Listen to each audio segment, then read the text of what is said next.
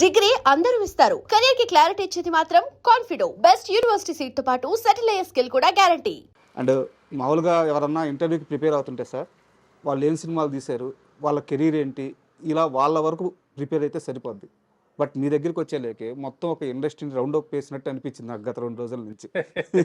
ఎందుకంటే అంతమంది వ్యక్తులతో మీ ప్రయాణం ఉంది, అంతమంది హీరోలతో, అంతమంది డైరెక్టర్స్తో కానీ, ప్రొడ్యూసర్తో కానీ, కో డైరెక్టర్లు, మీతో పాటు పనిచేసిన వాళ్ళు చాలామంది మళ్ళీ పెద్ద పెద్ద డైరెక్టర్లు అయ్యారు. సో ఒక ఇండస్ట్రీ మొత్తాన్ని నేను ఒకసారి చూసినట్టయింది వర్చువల్గా. ఇండస్ట్రీలో మీకు ఫ్యాన్ మూమెంట్ ఉంటుంది కదా ఎవరో ఒకరితో, మీ గురువు గారితో కానీ, ఇంకో హీరోతో కానీ, ఒక ప్రొడ్యూసర్తో కానీ, ఒక హీరోయిన్తో కానీ ఒక ఫ్యాన్ మూమెంట్ షేర్ చేసుకోండి, మనం ఇంటర్వ్యూలోకి వెళ్దాం. నేను చిన్నప్పుడు స్కూల్ స్టేజ్లో అంతా కూడా నేను సూపర్ స్టార్ కృష్ణ గారి ఫ్యాన్. సార్ సత్తెనపల్లి అనే ఊర్లో నేను 10th క్లాస్ వరకు చదివాను.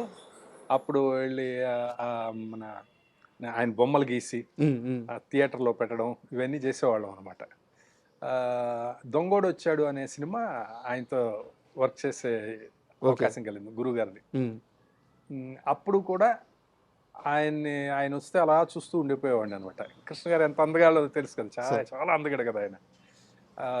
ఆయన సెట్లోకి రాగానే అలాగా ఫ్రీజ్ అయిపోయి చూస్తూ ఉండేవాడిని అనమాట. ఆ సినిమాలోనే నేను చాలా అసిస్టెంట్ డైరెక్టర్ అయినా కూడా నన్ను వెళ్ళి డైలాగ్ చెప్పమనేవాళ్ళు కృష్ణ గారికి. నేను వెళ్ళి ఆయనకి డైలాగ్ చెప్పేవాడిని. అవన్నీ కూడా చాలా బాగుండేవండి. అంటే మీకు కృష్ణ గారు ఎంత ఇష్టమో చాలా ఇంటర్వ్యూలో చెప్పారు.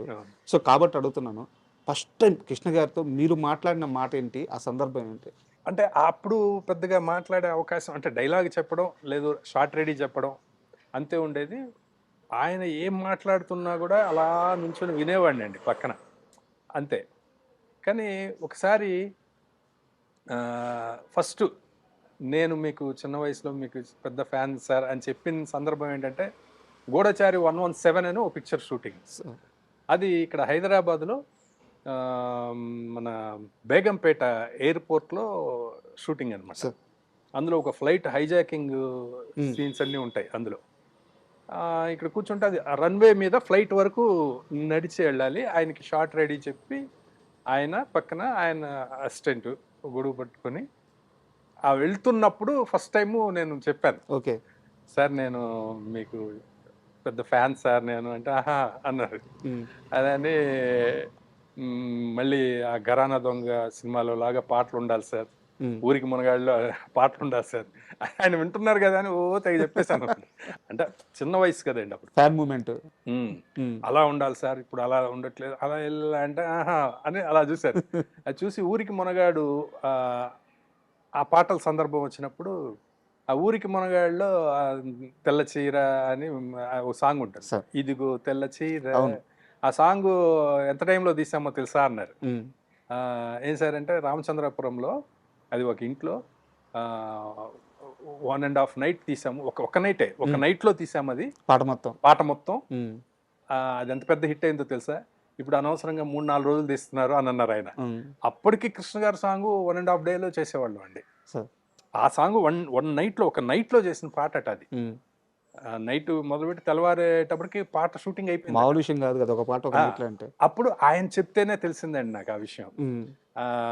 ఓకే అన్న తర్వాత ఫ్లైట్ దగ్గరికి వెళ్ళిన తర్వాత డైరెక్టర్ గారు అందరూ ఉన్నారు. అప్పుడు రామకృష్ణ గారు, మీ వాడు నా ఫ్యాన్ అంట అది ఇది అని చెప్పారు. ఎలా చెప్పారు, ఆయన స్టైల్లో చెప్పండి సార్ అని అన్నారు. ఆ తర్వాత అప్పట్లో ఏంటంటే అండి, మన ఊటీ వెళ్తామండి, ఆయన మేలో ఊటీలో ఉండేవారు కదా సార్. ఒకేసారి 2-3 సినిమాలు పాటల షూటింగ్ అంతా అక్కడ ప్లాన్ చేసేవారు. 3 రోజుల్లో 2 పాటలు అయిపోయాయండి. 3 రోజులు అంటే 1.5 డే ఒక సాంగ్, 1.5 డే ఒక సాంగ్, 2 పాటలు షూటింగ్ అయిపోయేది. ఆ పాటలన్నీ సూపర్ హిట్ సార్. అలా ఉండేది అప్పుడు. అండ్ మీ కెరీర్ విషయానికి వస్తే సార్, అంటే మీరు అసిస్టెంట్గా ఒక 10 ఏళ్ళు మీ గురువు గారి దగ్గర వర్క్ చేశారు, ఇవన్నీ మనం తర్వాత మాట్లాడదాం.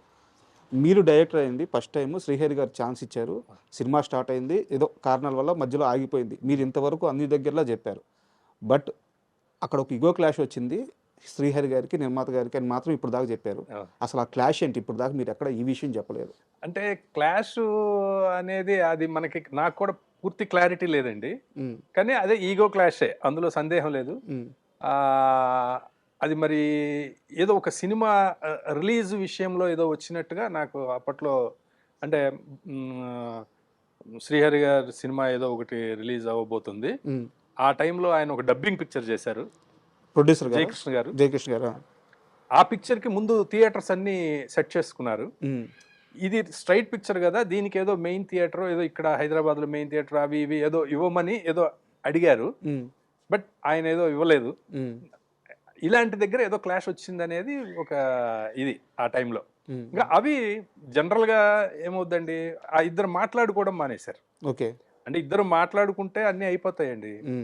ఆయన మాట్లాడడం మానేశారు. ఆయన వెళ్ళి మద్రాసులో ఉండేవారు అప్పుడు, ఈయన ఇక్కడ ఉంటారు. ఈ మధ్యలో కమ్యూనికేషన్ గ్యాప్. ఓ పక్కన ఇది మాది సినిమా జరుగుతుంది, షూటింగ్ జరుగుతుంది, కానీ ఆయన రావట్లేదు. ఇలాంటివేవో చిన్న క్లాష్